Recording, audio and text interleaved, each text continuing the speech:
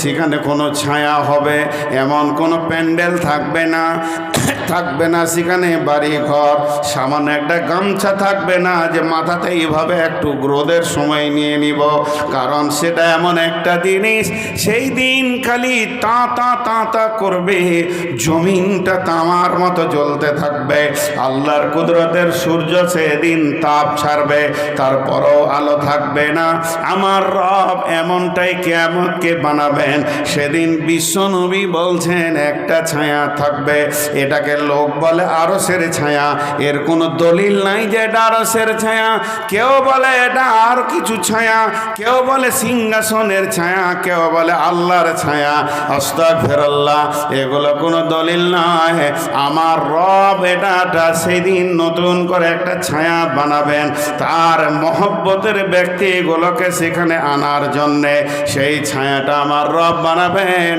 এটাকে বোঝানোর জন্যে কোনো মুফাসসির বলেছেন রহমতের ছায়া, কারণ আল্লাহর দয়া রহমত যদি না হতো তাহলে ছায়াটা হতো না।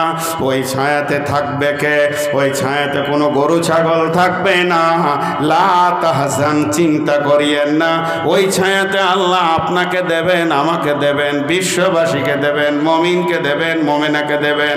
বন্ধুরা আমার, যে আল্লাহর ভয়ে গভীর রাত্রিতে শীতের সময় লেপটাকে ছেড়ে দিয়ে হু হু করে কাঁপতে কাঁপতে শীতের পানিতে উজু করে নামাজের কাতারে দাঁড়াচ্ছে, আল্লাহ তাই রকম গোলামের জন্য এই ছায়াকে বানিয়েছেন, সেটাকে বলা হয়েছে আল্লাহর রহমতের ছায়া।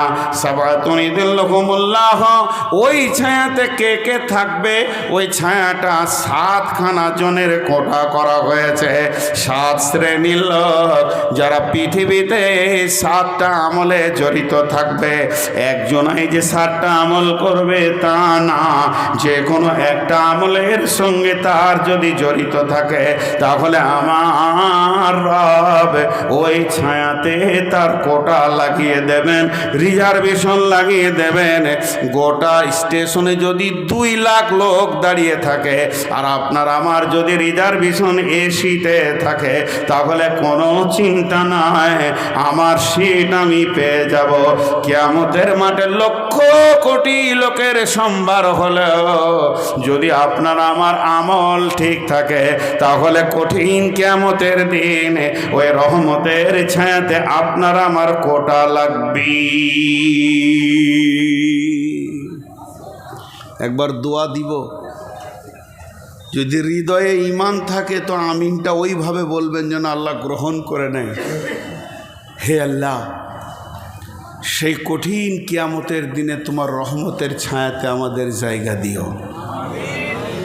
আমিনটা জোরে হলো না, যতটা আমি আশা করেছিলাম অতটা হয়নি। জি, সেই কঠিন দিন, সেদিন মানুষ পেরেশান থাকবে। আচ্ছা, একটা মানুষ যদি আপনাকে এসি ঘর দিয়ে হৃদয়কে ঠান্ডা করে দেয়, হালকা করে ফ্যানটা চড়ে এসি চলছে ফুরফুর ফুরফুর করে 19 কিংবা 18, এর গোটা এলাকা 48 ডিগ্রি সেলসিয়াস চলছে, তার ভিতরে আপনি ঠান্ডা হাওয়াতে আরাম করে আছেন, এটা যদি মানুষ বানাতে পারে, আমার রব কিয়ামতের মাঠে তার রহমতের ছায়াটা কেমন বানাবেন। হে আমার রব, তুমি আমাদের সকলকে সেই ছায়াতে একটু জায়গা দিও। আল্লাহ কবুল করে নেক, আল্লাহ কবুল করে নেক, আল্লাহুম্মা আমিন। রোজা রাখবো ইনশাআল্লাহ, সকলে রাখবো ইনশাআল্লাহ, যত কষ্ট হোক রোজা ছাড়বো না ইনশাআল্লাহ। তো ওই রহমতের ছায়াতে আপনি জায়গা পাবেন, আমি জায়গা পাবো। তাহলে আমলগুলো কি? নাম্বার 1, 7টার মধ্যে নাম্বার 1, ইমামুন আদিলুন, ন্যায় বিচার করনেওয়ালা। পৃথিবীর বুকে যত ন্যায় বিচারক আছে, আপনার কাছে বিচার আসবে আপনার সঙ্গে কার ভাতিজার ঝগড়া হয়ে গেছে, আপনার সঙ্গে আপনার ভাগনার সঙ্গে আপনার অন্য গ্রামের ছেলের ঝগড়া হয়ে গেছে, ওই জায়গায় যদি কেউ ন্যায় বিচার করতে পারে, বিচারের মানদণ্ডটা যদি অ্যাকুরেটি রাখতে পারে আল্লাহর ভয়ে, বন্ধু ও আমার ভাইয়া আর চিন্তা নাই, ওই রহমতের ছায়াতে আপনার একটা রিজার্ভেশনের সিট লেগে গেছে। কিয়ামত যত দিনই হোক আর যত কঠিন হোক, লা তাহজান ইন্নাল্লাহা মা'ানা, আপনার কোনো চিন্তা নাই। হাসরের ময়দানে উঠি আপনি আপনার গদিটা বেছে নেবেন, আল্লাহর খাস ফেরেশতা আপনার হাত ধরে নিয়ে গিয়ে টিটি যেমন মানুষকে বুঝিয়ে দেয় এটা আপনার সিট, ওই রকম বসিয়ে দেবে। অতএব পৃথিবীর বুকে ন্যায় বিচার করতে হবে। ন্যায় বিচার আছে ভাই? জোরে বলেন, ন্যায় বিচার আছে? আপনাদের এই দিনাজপুরে ন্যায় বিচার হয়? সুবহান আল্লাহ। আল্লাহ কোরআনে বলেছেন, ওয়াইদা কুলতুম ফাদিলু ওয়ালাউ কানা যা কুরবা, ওয়াইদা কুলতুম ফাদিলু ওয়ালাউ কানা যা কুরবা, যদিও তোমার নিকট আত্মীয় হয়, যদি তোমার পার্টির লোক হয়, প্রতিবেশী হয়, গ্রামবাসীও হয়, যখন তুমি আদালতে বিচারে বসবে তখন অন্যায় কথা বলবে না, ভেবে চিনতে একদম ইনসাফের কথা বলবে, নচেত কঠিন কিয়ামতের দিনে তুমি আযাবে গ্রেফতার হয়ে যাবে। পৃথিবীর বুকে যতগুলি বিচার হচ্ছে এই বিচারটাই নিষ্পত্তি নয়, এর জেরক্স কপি আর একদিন কিয়ামতের মাঠে হবে।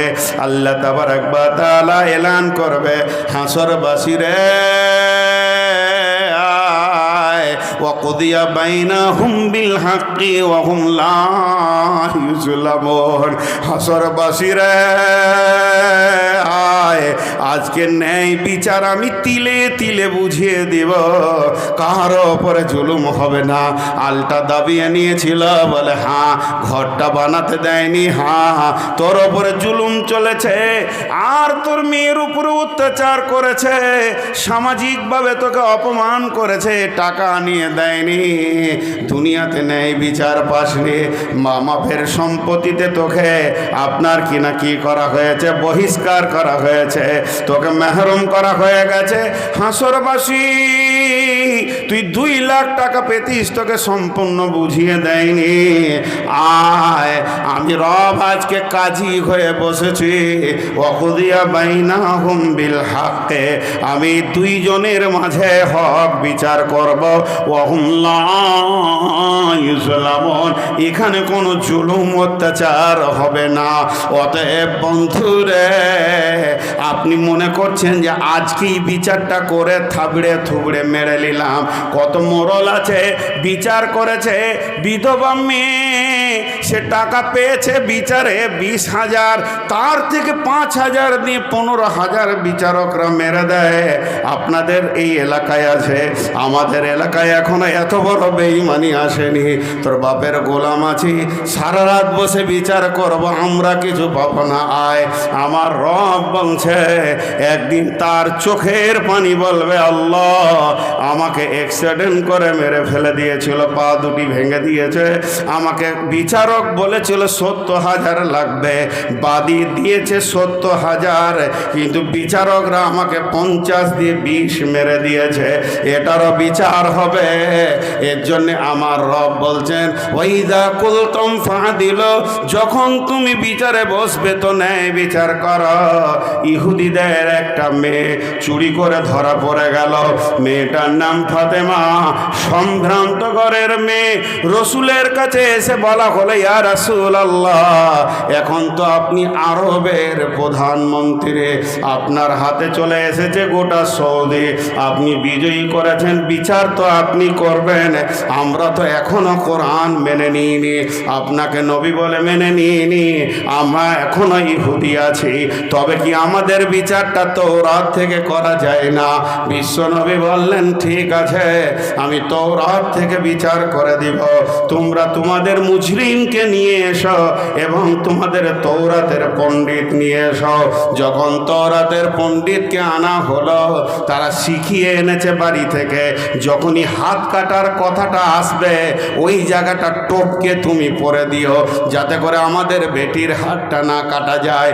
আমরা সম্ভ্রান্ত ঘরের মেয়ে, যদি হাত কাটা যায় মান সম্মান থাকবে না।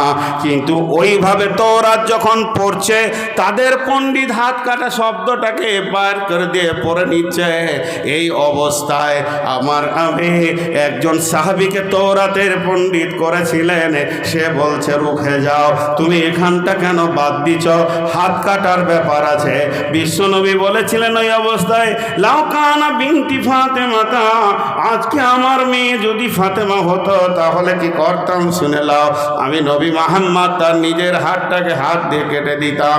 অতএব ন্যায় বিচার পৃথিবীতে করতে হবে। ন্যায় বিচার আছে। একটা ঘটনা শোনাই আপনাদেরকে।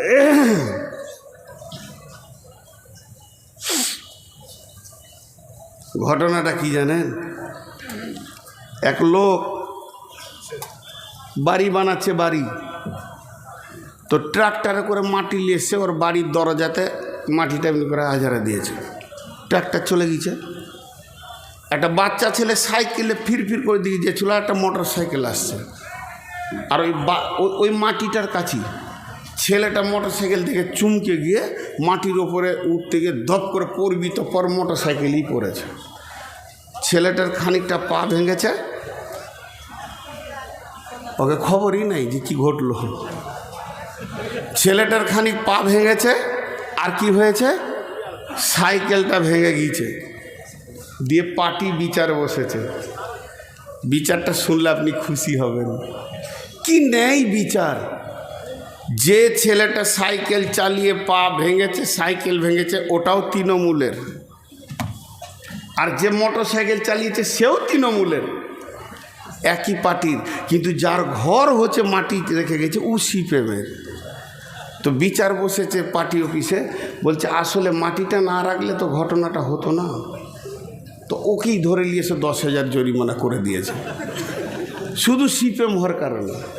এরা দুজন অ্যাক্সিডেন্ট করেছে, ও জানতোই না। ও আবার মসজিদের ইমাম, মসজিদে থাকতো, ফোন করে ডাকছে, মৌলভী সাহেব বাড়ি এসো, তুমি রাস্তায় মাটি রেখেছো, এই জন্য একটা অ্যাক্সিডেন্ট হয়েছে, 10,000 টাকা লাগবে। দেখেন কি ন্যায় বিচার পৃথিবীতে চলছে। হ্যাঁ, এটা হলো জিভ, দাঁত, এখানে কিছু ফিলোজফি বলবো, দুটা চোখ, দুটা নাক, দুটা কান, এটা হলো মগজ। দেখেন যে কথা বলে সে কোথা আছে, নরম। তো শেখ সাদি বলছে তোমার জিভটা হাত দিয়ে দেখো তো, নরম। হ্যাঁ, খুব নরম, অতটা নরম বডির অন্য কোনো জায়গা লয়। আহা আহা, এই রোডটা যে কখন বন্ধ হবে। তো এই মাংসটা অত নরম নয়। কয়েকটা কথা পরপর বলছি, ধৈর্য ধরে শুনেন। একজন দার্শনিক বলছে এত নরম জিভে গরম কথা বের হয় কি করে। একটা হয়ে গেল। 2 নম্বর বলছে এটা তুমি কি বানাতে চাও, ডাস্টবিন না ফুলদানি? ফুলদানি যদি বানাও সত্য কথা বলো, তেলাওয়াত করো, আর ডাস্টবিন যদি বানাও তো খিস্তি করো, মিথ্যা কথা বলো, মিথ্যা সাক্ষী দাও, হয়ে যাবে ডাস্টবিন। 2টা হলো। 3 নম্বর বলছে তোমার জিভ যতই নরম হোক, 32টা মিলিটারির মাঝে আছে, ও 32টা সেনার মাঝে আছে, আর 4টা সিআইডি আছে ওর চারদিকে, আর 2টো সিবিআই তার সামনে রয়েছে। এতগুলোর মাঝে তাকে রাখা হয়েছে জীবকে। আর মাথাটা হলো এটা সুপ্রিম কোর্ট, তোমার গোটা বডির বিচার চালাচ্ছে সে রয়েছে ওপরে। এতগুলির ভিতরে তুমি মিথ্যা কথাটা বার করছো কি করে? তোমার বিবেক একবার তোমাকে কিল মারে না যে এই বেঈমান ওটা বলিস না, এটা তুই ভুল বললি? তোর বিবেকই তোকে মারবে, আর তোর চোখ বলবে আমি তো ওরকম দেখিনি, তো বললে কেন? চোখ সন্দেহ করবে, তোকেই সন্দেহ করবে যে আমি দেখলাম ও ওকে মেরেছে, আসলে দেখেইনি, মারেওনি, মিথ্যা বলবে। কান তখন বলবে এ কথা তো শুনিনি কোনো দিন, কোন জালেমের কাল্লায় পড়েছি। তখন নাক বলবে আমিও তো নিঃশ্বাস নিয়ে ওকে বাঁচিয়ে রেখেছি, এ বেঈমানকে রে। সবাই আফসোস করবে। তাহলে তোমার চরিত্র কোথায়? একটা ছোট্ট উদাহরণ দিব, আপনাদের ভুল কি মোড়ে। একটা টোটোর সঙ্গে একটা বড় এলপি গাড়িতে লেগে গিয়েছে। দোষ টোটোওয়ালার। যদি কোনো টোটোওয়ালা আছেন আপনাদের হাত পা ধরে মাপ চেয়ে নিচ্ছি, কিছু মনে করিয়েন না। আল্লাহ তাবারাক ওয়া তাআলা আগে বিবেক মেরে দেয়, তারপর টোটো কেনার পয়সা দেয়। ওরা জীবনে রাস্তার এক সাইডে যাবে না, মাঝে যাবে। খালি দুবাইয়ের প্যাসেঞ্জার পেলে চাপিয়ে নেবে, নিশ্চিত বলবে তুই বস, এবার উড়বে আমার টোটো। মাঝে ছাড়া সাইডে যাবে না। এদের এত চরিত্র এত নোংরা হয়ে গিয়েছে টোটোওয়ালাদের। এবার গাড়িটা ছিল কলকাতার, সে বিচারা মেদিনীপুরের ড্রাইভার, খুব মনোযোগ। এই কথাটা শুনলে আমার প্রথম নম্বরটা বুঝে আসবে, খুব মনোযোগ। তো এবারে একটু লেগে গিয়ে টোটো একটু তুবড়ে গেছে, তাড়াতাড়ি করে নেমে কলার ধরে নামিয়ে দুটা এখানে মেরেই দিয়েছে। বদমাস, জানিস তুই, কিন্তু সব দোষ টোটোওয়ালার। ও বিচারা কোথাও মেদিনীপুর থেকে এসে জানের ভয়ে থরথর করে কাঁপছে যে আর কেউ মারবে নাকি। ভাই ভাই লেগে গেছে, ভাই লেগে, টাকা ফেল। 2-4 দিয়ে ওর কাছে পকেটে 3-4 হাজার যা ছিল কেড়ে করে নিয়ে থাপ্পড় দিয়ে মেরে ছেড়ে দিল। কিন্তু আর জানা নাই যে ওটা একটা বড় কোম্পানির গাড়ি, বিশাল বড় কোম্পানির প্রেস্টিজে লেগেছে। একদম লালবাজার থানাতে ঠুঁকে কেস মেরেছে। 42 লাখ টাকা ছিনতাই আর 98 লাখ টাকার মালকে পুড়িয়ে দেওয়া, আরও কিছু করে দিয়ে দিয়েছে একদম ওপর থেকে। তারপরে করণদিঘি থানাতে ফোন আসছে রাত 12টায়, আসামি তোল, না হলে তোর চাকরি যাবে।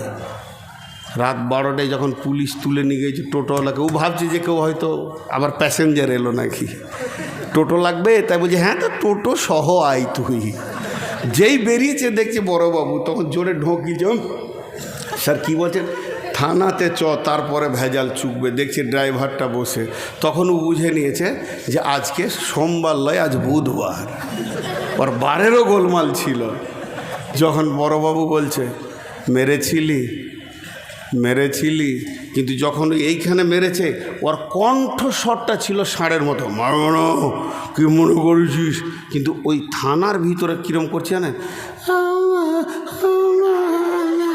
এসপি বলছে বল না বো, তেমন কেন করছিস তুই? আল্লাহ বলছেন ওয়াইদা কুলতুম ফাদিলু, যখন তুমি আদালতের চাপে পড়েছ, কণ্ঠস্বর তোমার মিহি হয়ে গেছে, এদেরকে যখন তুমি মাথায় রাখো নাই, তখন তুমি ষাঁড়ের মতো চিল্লিয়েছ। একদিকে এসপি, একদিকে এসটিও ডিএম, আর একদিকে কোম্পানি, আবার লালবাজার পুলিশে, থানার পুলিশ, বড়বাবু, আইসি, ওসি সব আছে, তখন তোমার সুর মিহি হয়ে গেছে। একটা কঠিন দিনের আদালত যখন চলবে, তুমি কার ঘাড়ে ধরেছ, কাকে থাপ্পড় মেরেছ, এই বিচার যখন হবে, তখন কঠিন কিয়ামতের দিনে তোমাকে আদালতে উচ্চ কণ্ঠে জবাব দিতে হবে। এর জন্য আমার রব বলছেন ওয়াইদা কুলতুম ফাদিলু, যখন তুমি কোনো কথা বলবে তো ইনসাফের সঙ্গে বলো, ওয়ালাউ কানা দা কুরবা, যদিও তোমার নিকট আত্মীয় হয়। অতএব যদি ওই রহমতের ছায়াতে, আল্লাহর বানানোর এসিতে যদি সময়টা কিয়ামতের কাটাতে চায়, তা 1 নম্বর কাজ হবে পৃথিবীর বুকে ন্যায় বিচার করা। ওটা কার রে? ওটা তোর? তো তুই যে একবারে বসে আছিস এবার আলিফ লাম মিমের মতো, তোর হিলা টিলা নাই, আর ওদের দুনিয়ার লোক ফেলে গেছে, ওর যে এই দিককার ঠ্যাংটা লম্বা, তোকে হুঁশ আছে? হ্যাঁ, তুই আবার রেকর্ড করতে এসেছিস যে আমার লেগে উল্টা পাল্টা রেকর্ড করে বলবি যে মূলবি এগুলো বলেছিল। হ্যাঁ, এই দিকটা লম্বা হয়ে আছে আর ওই দিকে আঁতড়ে পড়ছে, আর কিছু বেহুঁশ লোক হাঁটছে তো চাদরে করে ফেলেই দিচ্ছে, দেখে নিয়ে। জি, আর পানি খায়। হ্যাঁ, একটা বিচার বলি, আমি বাদশাটার নামটা ভুলে গেলাম, বহু দিন আগে এগুলো আমার জানা, তখন আমি মাদ্রাসা পড়া সন্তান। তা অল্প বয়সের মনে রাখা ঠিক ছিল, তাও ভুলে গেছি। এক বাদশাহ গিয়েছে হরিণ শিকার করতে, ঘটনা সত্য। তো বাদশাহী জামানা, সম্ভাব্য ঘটনাটা আফগানিস্তানের। তো হরিণ শিকার করবে জঙ্গলে গিয়ে, ও একদম হরিণটাকে খেয়াল করেছে যে এই জায়গায় মারবো হরিণের, তো হরিণ একদম স্পট হয়ে যাবে। আর এই জায়গাটা এমন একটা জায়গা যে এখানে যদি কারো আঘাত পায় তো স্পট হয়ে যাবে। খুব দামি তীর এইভাবে ধরে নিশান করে ছাড়বে মানে ছেড়েছে, আর হরিণটা তরপ করে লাফিয়ে গিয়েছে। হরিণের গায়ে আর লাগলো না। নদীর ধারে এক বুড়ি এমনি করে করে কাপড় কাটছে, আর ওর ছোট ছেলেটা বিধবা, একাই, ওই বাচ্চাটাই ওর সম্পদ। মায়ের পাশে দাঁড়িয়ে দাঁড়িয়ে গুনগুন করে কাঁদছে, রুটি লিব মার। গরিবের ছেলে ভোকে জ্বালায় কাঁদছে, আর বলছে বেটা কাপড় সাফ করি তোমাকে দিব। তীরটা গিয়ে ছেলেটার এখানে লেগেছে, সঙ্গে সঙ্গে পড়ে গেল, স্পট হয়ে গেল, মারা গেল। বুড়ি লাশ কোলে নিল, সিধা কাজীর কাছে। কাজী, আমার ছেলে লাশ হয়ে গেছে, স্বামী নাই, আমি বিধবা, এই সন্তানটা মুখ পানে তাকে আমার জীবনের আনন্দ আর হাসি। ছেলেটাও চলে গেল। কাজী, আপনাকে বিচার করে দিতে হবে। কাজী বলল কে? বাদশা বলছে আমি। কত ন্যায় কথা বলনেওয়ালা ছিল, যদিও গদির বাদশা, তিনি বলছেন এটা আমার দ্বারা হয়ে গেছে। কাজী বলল ঠিক আছে, আজকে তো রবিবার, কালকে সোমবার বাদ দিয়ে মঙ্গলবার আসো, তোমাদের ন্যায় বিচার বুঝিয়ে দেওয়া হবে। ঠিক মঙ্গলবার বাদশাহ ঘোড়ার উপরে সওয়ার হয়ে সেই তীর আর সেই ধনুক নিয়ে এসে একদম কাঠগোড়ায় দাঁড়িয়েছে। বুড়ি আর একদিকে দাঁড়িয়েছে। ছেলে তার দাফন হয়ে গেছে, ছেলে আর এ জগতে নাই, বারসা খেয়ে চলে গেছেন। এবার কাজী বলছে মা, এটাই কি তোমার মুজরিম যে তোমার উপরে জুলুম করেছে, এটা কি? সেই বাদশাহ বলে হ্যাঁ। বাদশাকে জিজ্ঞেস করছে তুমি কি ওর ছেলেকে মেরেছ? উনি তখন বলছেন না, আমি তো ছেলেকে মারবো বলে তীর ছুঁড়িনি কাজী সাহেব, আমি তীরটা ছুঁড়েছিলাম হরিণ মারবো বলে, কিন্তু হরিণটা তরফ করে চলে গেছে আর ছেলেটাকে গিয়ে তীরটা লেগেছে। তখন আজ কাজী বলছে তুমি যে হরিণ মারবে, একটা পশু মারবে, সে পালাতেও পারে কিংবা তোমার লক্ষ্য ভ্রষ্ট হতে পারে। তীরটা কত দূর যাবে সেদিকে কেউ আছে কিনা, কারো বিপদ ঘটবে কিনা, এটা কি তোমার ভাবার ছিল না? তুমি তীরটা কেন ছেড়েছ? তোমাকে দেখতে হতো ওদিকে আর কেউ আছে কিনা নদীর ধারে, তাহলে তুমি তা না দেখেও এমন অন্যায় করেছ। এর জন্যে আমি ফায়সালা দিলাম জাল্লাদ, এই বুড়ির সামনে তুমি তার ন্যায় বিচারকে পাইয়ে দাও, তার গর্দনকে এখান থেকে উড়িয়ে দাও। স্বয়ং বাদশার বিচার হচ্ছে।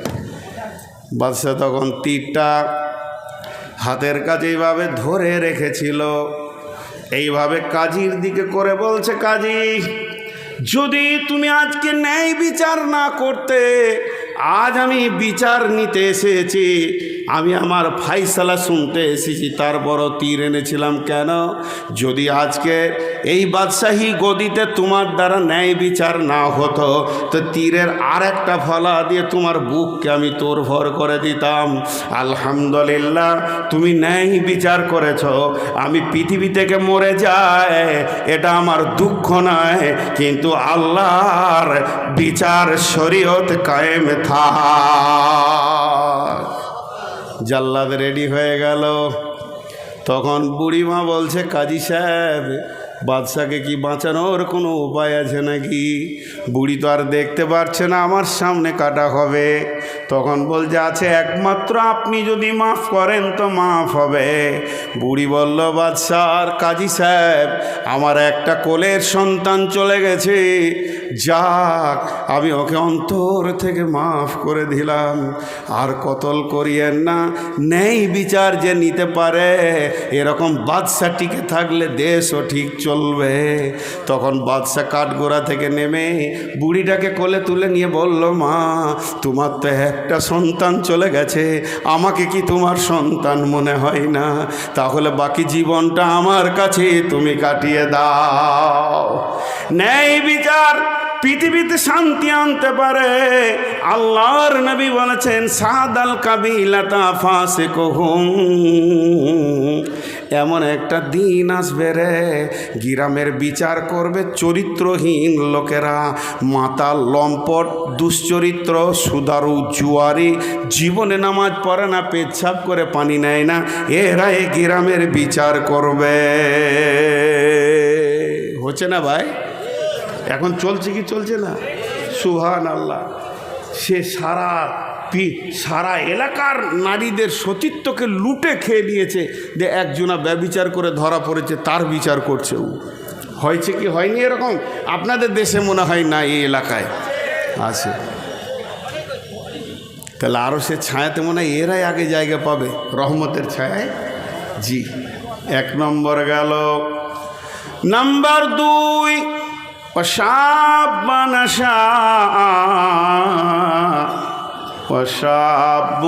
نشأ في عبادة الله, ওই যুবক, ওই যুবতী যে যৌবন কালটা আল্লাহর হুকুমে ব্যয় করেছে, আমার রব ওই যুবক যুবতীকে তার রহমতের সিটে রিজার্ভেশন দেবে। বলবে, আয় যুবকের দল আয়, আয় যুবতীর দলায় রে, তোদের জন্যে রহমতের ছায়াতে কোটা লেগে গেছে। সেই যুবক আর যুবতীকে যে পৃথিবীর বুকে আল্লাহর হুকুমে যৌবনকালকে অতিবাহিত করেছে। লম্বা বলবো না, 1-2 মিনিটে শেষ করে দিব। যুবক আর যুবতীর ব্যাপারে আমার ইউটিউবে দেওয়া আছে, দেখবেন যুবকের কি আমল, যুবতীদের কি আমল। ওই হাদিসটা যেখানে তফসির করেছি অনেক দেওয়া আছে, ইগতানিম খামসান কাবলা খামসিন, শাবাবাকা কাবলা হারামিকা, সিহাতিকা কাবলা সুকুমিকা, গেনাকা কাবলা ফাকারিকা, ফারাগাকা কাবলা সুগলিকা, হায়াতিকা কাবলা মাউতিকা। আল্লাহর নবী যৌবনকে নিয়ামত মনে করে বলেছেন, ভাঙলে পরে পিতল কাঁসা, ভাঙলে পরে পিতল কাঁসা, সেই রকমই যৌবনের দশা। পিতল কাঁসার বদলা চহলে যৌবন বদলায় না রে, কেউ মানব দেহের কেউ গৈরব করো না। প্রতিটা মুহূর্তে ধীরে ধীরে, একদিন নূর মোহাম্মদ এসেছিল হালকা দাড়ি, তারপরে হলো ঘন দাড়ি, এরপরে ছিল কালো দাড়ি, এখন হয়ে গেল সাদা দাড়ি, কালো কম। আর 2 বছর যদি আল্লাহ হায়াতে রেখে দেয়, একটাও কালো থাকবে না। এটা ধীর গতিতে যৌবনকে কেড়ে নিয়ে দ্রুত গতিতে নিয়ে যাওয়া হচ্ছে কবরের দিকে। আল্লাহ তাবারাক ওয়া তাআলা বলেছেন, ওয়াস-সামাই ওয়াত-তারিক ওয়া-মা আদরাকা মাত-তারিক, আন-নাজমুস-সাকিব, ইন কুল্লু নাফসিন লাম্মা আলাইহা হাফিজ। আল্লাহ একদম সৌরজগৎ থেকে কেন মানুষের পেছনে আসলো? আল্লাহ বলছেন, ওই রাতে ওই জিনিসের কসম যে রাত্রিতে যাওয়া আসা করে। কে যাওয়া আসা করে তোমরা জানো কে? সেটা হলো প্রজ্বলিত নক্ষত্র। শুধু এই 3টে আয়াতের তফসির করতে গেলে 1.5 ঘন্টা সময় লাগবে। সৌরজগতে কে কে রয়েছে? গ্যালাক্সি রয়েছে, সেখানে ব্ল্যাক হোল রয়েছে, সেখানে কোটি কোটি নক্ষত্র রয়েছে, আলোকবর্ষ ধরে সেখানে প্রচলমান রয়েছে। তাহলে সারা পৃথিবীর বুকে কতগুলি তারাকে দেখা যায়? বিজ্ঞানীরা বলছে গ্যালাক্সির ভিতরে 15 থেকে 16 কোটি তারা আছে। শুধু তাই নয়, যেগুলো গহ্বর অন্ধকার, এক সেকেন্ডে সে হাজার হাজার কোটি কোটি তারাকে খায়, তারপরে সেগুলো পৃথিবী থেকে কয়েক কোটি গুণ বড়। আমার আল্লাহ সৌরজগৎ থেকে সঙ্গে সঙ্গে কেন মানুষের পেছনে এলে বললেন ইন কুল্লু নাফসিন লাম্মা আলাইহা হাফিজ। আল্লাহ তাবারক ওয়া তাআলা বলেন প্রত্যেকটি আত্মার পেছনে আমার সূক্ষ্মদর্শী রয়েছে। বলার কারণ হচ্ছে একসঙ্গে কয়েক হাজার বিলিয়ন কোটিকে যে আল্লাহ তারাতে চালাতে পারে, একসঙ্গে কয়েক হাজার বিলিয়ন কোটি তারাকে যে আল্লাহ চালাতে পারে, কোনো অ্যাক্সিডেন্ট হয়নি, তারা নিজের কক্ষপথে দৌড়ছে। তেমনি প্রত্যেকটি মানুষ তার পৃথিবীর কক্ষপথে দৌড়ছে, তাদের গন্তব্য হবে কবর। আমি সূক্ষ্মদর্শী দিয়ে প্রত্যেকটি মানুষ আমি ভাবলাম যে ওই রোমে বুখারী দার্সি রোমে শুয়েছিলাম, আমি স্টেজে আসলাম, এখানে 100 থেকে 150 পা আমি স্টেজে হেঁটে এলাম। কেউ যদি আমাকে প্রশ্ন করতো কোথায় যাচ্ছেন, আমি বলতাম স্টেজে যাচ্ছি, কিন্তু আমার রব বলছে না, প্রতিটি কদম তুমি কবরের দিকে হাঁটছ, যতগুলো পা পৃথিবীতে হাঁটছ অতগুলো পা তোমার কবরের দিকে আগিয়ে যাচ্ছে। এর জন্য আমার রব 2খানা সূরা দিয়েছেন কোরআনের সময়কে কেন্দ্র করে, একটা হলো রাতের শেষে আর একটা হলো দিনের শেষে। সময় কথা বলে লম্বা তফসির আছে, শুধু সূরা দুটা কেন দিনের শেষে রাতের শেষে হলো বলতে গেলে 1.5 থেকে 2 ঘন্টা সময় লাগবে। শুধু হালকা করে 2 মিনিট বলছি। সূর্য প্রতিদিন 2 বার কথা বলে, একবার সূর্য ওঠার সময় বলে বিশ্ববাসী রে তোর কপাল ভালো, আবার একটা নতুন দিন তুমি পেয়ে গেলে, তওবা করে লাও, আমলগুলোকে সাজিয়ে লাও।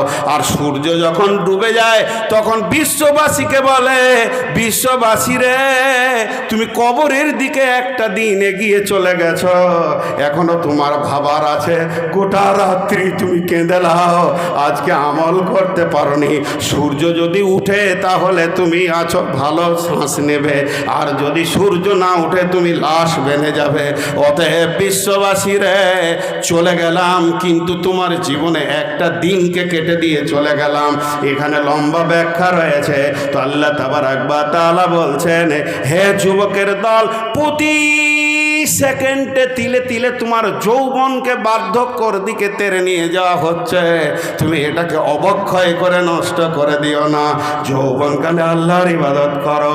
যুবকদের যৌবনকালে আল্লাহর ইবাদত 2খানা রয়েছে, খুব জটিল ইবাদত, খুব অপরিহার্য ইবাদত। ফাইদা কুদিয়াতিস সালাতু ফান্তাশিরু ফিল আরদি ওয়াবতাগু মিন ফাদলিল্লাহ। হে যুবকের দল, সালাত আদায় করা, হালাল উপার্জনে বের হয়ে চলে যাও। অলসকে আল্লাহ দেখতে পারেন না, আল্লাহ অলসকে ঘৃণা করেন। কোরআন অলসের জন্য বলেছেন উলাইকা হুমুল গাফিলুন, তারা গাফলতির কারণে পশুদের জীবনে চলে গেছে। অতএব গাফলতি করে কোনোদিন সে সাকসেস হতে পারে না, অলস কোনোদিন সাকসেস হয় না। নামাজ আদায় করা, আমি একটা সুগারের রুগী, 490 সুগার নিয়ে আমি মসজিদে বসেছি আসর পর, সুবহানাল্লাহ আলহামদুলিল্লাহ ওয়ালা ইলাহা ইল্লাল্লাহ ইল্লাল্লাহ আল্লাহু আকবার আস্তাগফিরুল্লাহ জিকির করতে করতে সূর্য ডুবিয়ে দিলাম 1.5 ঘন্টা। আমি যে নেকিটা পেলাম, আমার আমলনামায় যে নেকিটা লেখা হলো, একটা যুবক ভুলকির মোড়ে কয়েকটা বাদামের প্যাকেট নিয়ে যদি খালি বলে 5 টাকা 5 টাকা 5 টাকা 5 টাকা 5 টাকা 5 টাকা, এই কাছে দৌড়ছে, টোটোর কাছে দৌড়ছে, বাসের কাছে দৌড়ছে, 5 টাকা 5 টাকা। আমার প্রতিটি সুবহানাল্লাহ ছিল নফল, ওর প্রতিটি 5 টাকা ছিল ফরজ আইন, হালাল উপার্জন করা ফরজ আইন। অতএব ও যে আমলটা নেকিটা করেছে, আমি যদি 70 বছর ওই রকম সুবহানাল্লাহ বলি, একটা যুবকের 3 মিনিটের 5 টাকা শব্দের নেকিটা নিতে পারবো না।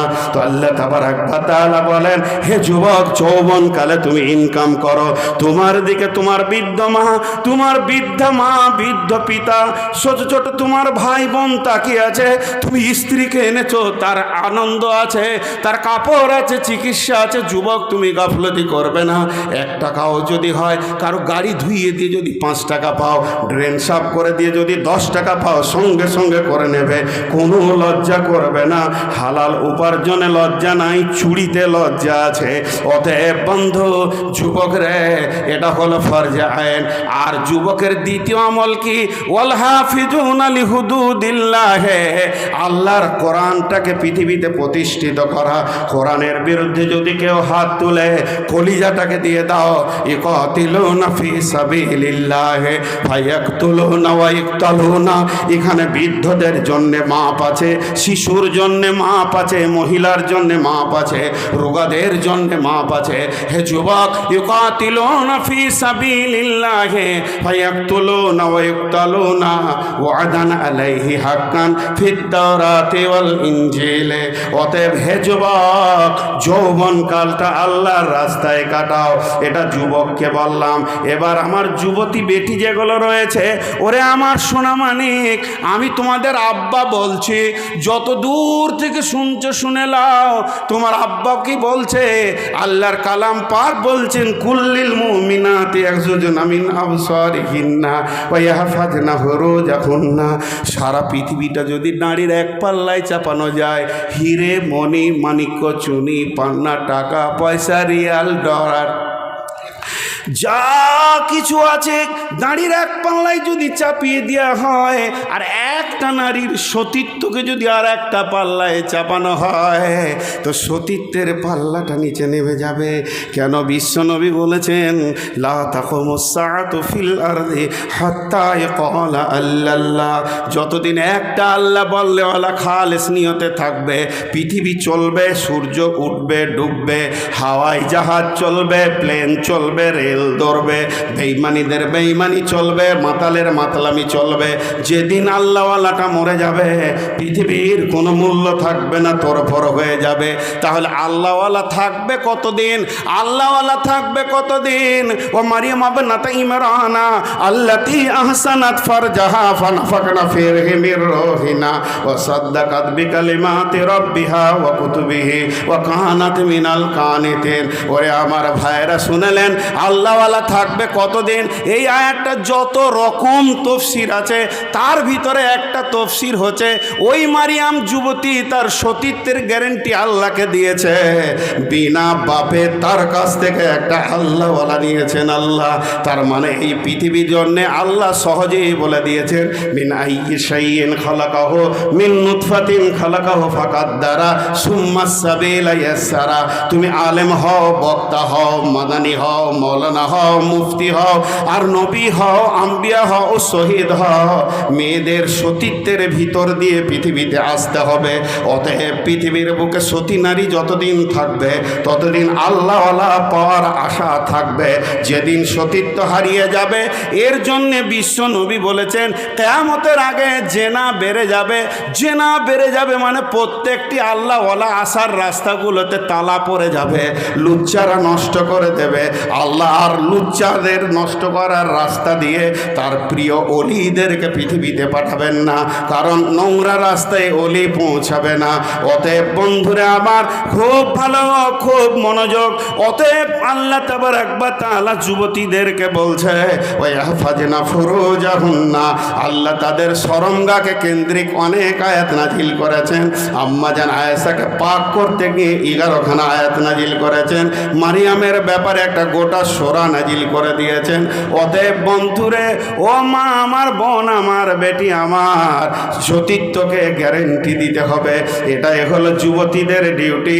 আর যুবকের ডিউটি ইনকাম করবে আর ইসলামের সৈন্য বেনে থাকবে। আর আল্লাহর নবী বলেছেন, ওয়াশাবুন নাশাআ ফি ইবাদাতিল্লাহ। ওই যুবক, ওই যুবতী যে আল্লাহর আইনে নিজের জীবনকে চালাবে, তার কোটা লেগে যাবে ওই আল্লাহর রহমতের ছায়াতি।